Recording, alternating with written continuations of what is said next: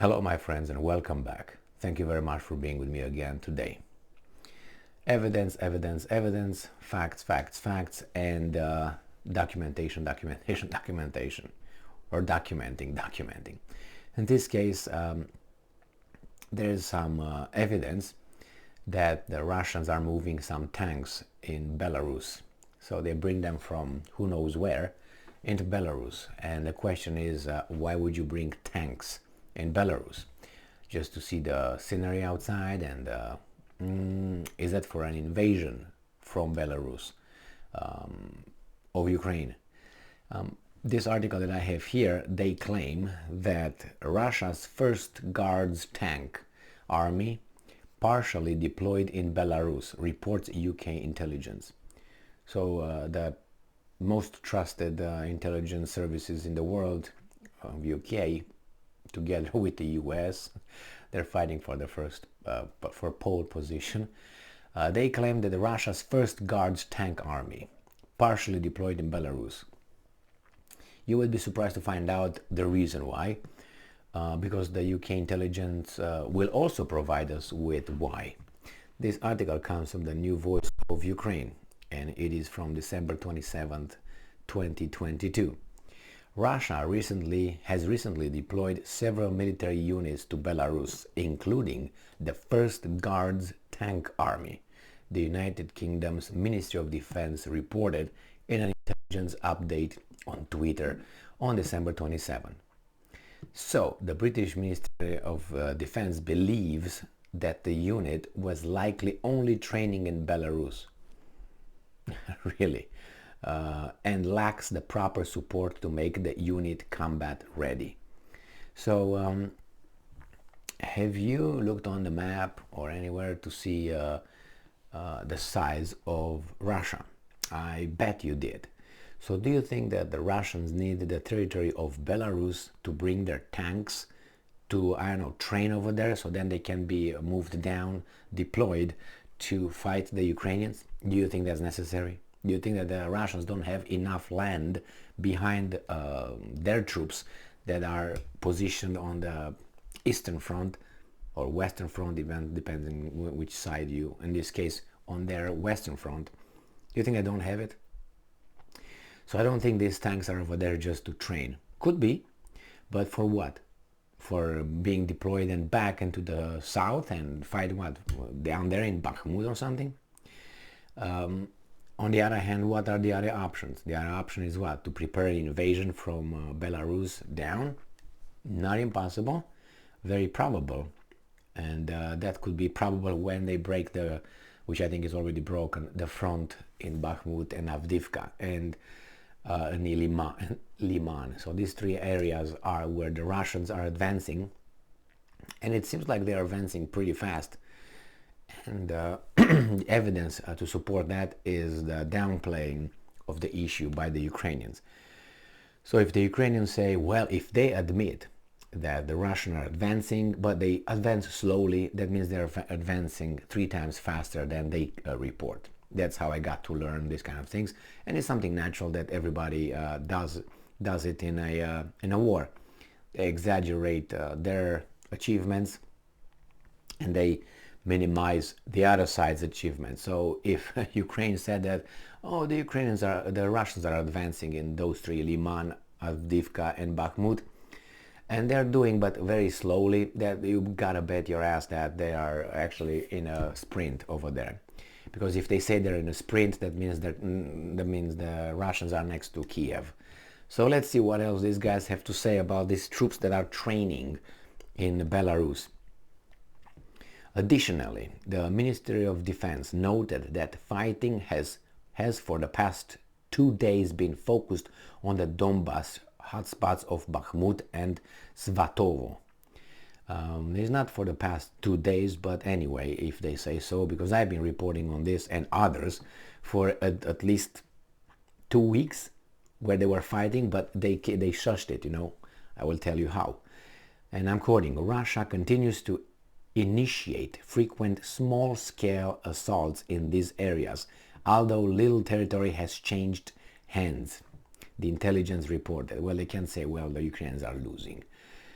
At the beginning of December, UK intelligence reported that the first Guard tank army would hold the line at Svatovo, according to Ministry of Defense.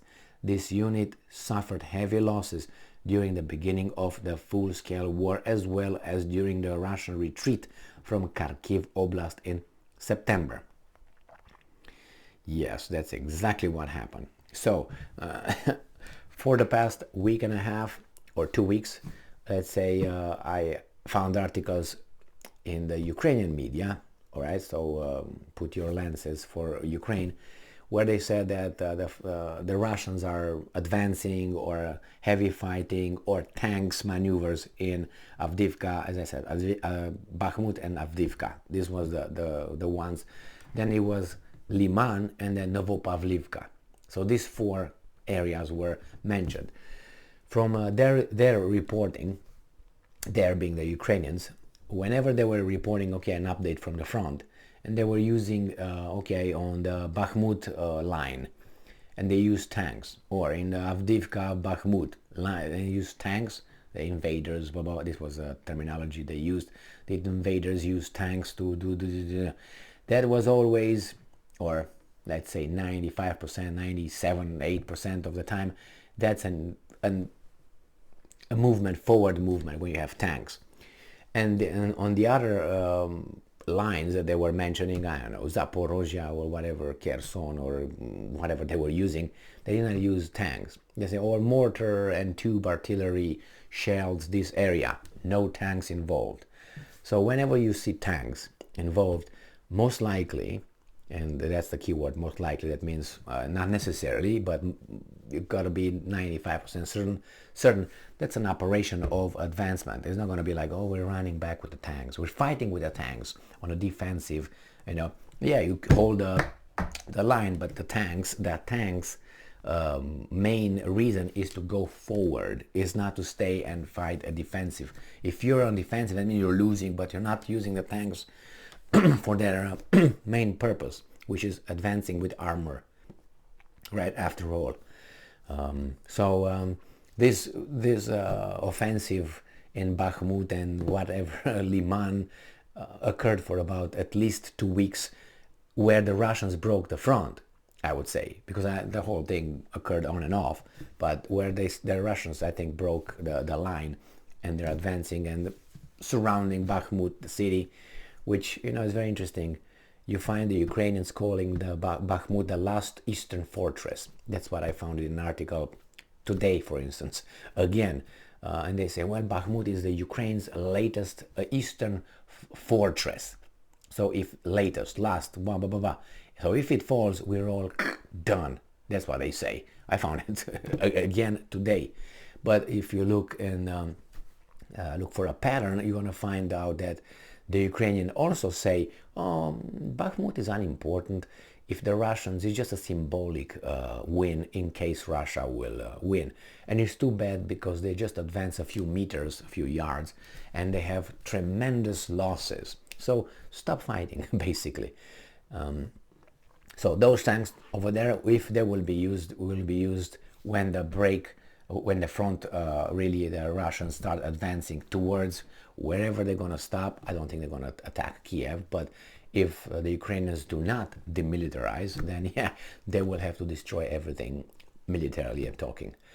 And probably they're going to invade from the north. Therefore, the Ukrainians will be will be attacked from at least 2 directions. The Belarusian army will not invade. I'm 99% certain that will not happen. But it doesn't make sense to have the tank, I don't know if it's a division or whatever it is, army, they say over there, right? In Belarus for training.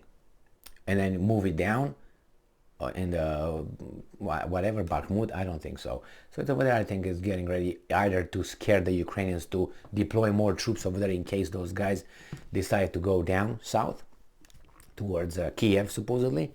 But Kiev is not a prize because what are they going to do in Kiev? Population? What do you do with the population?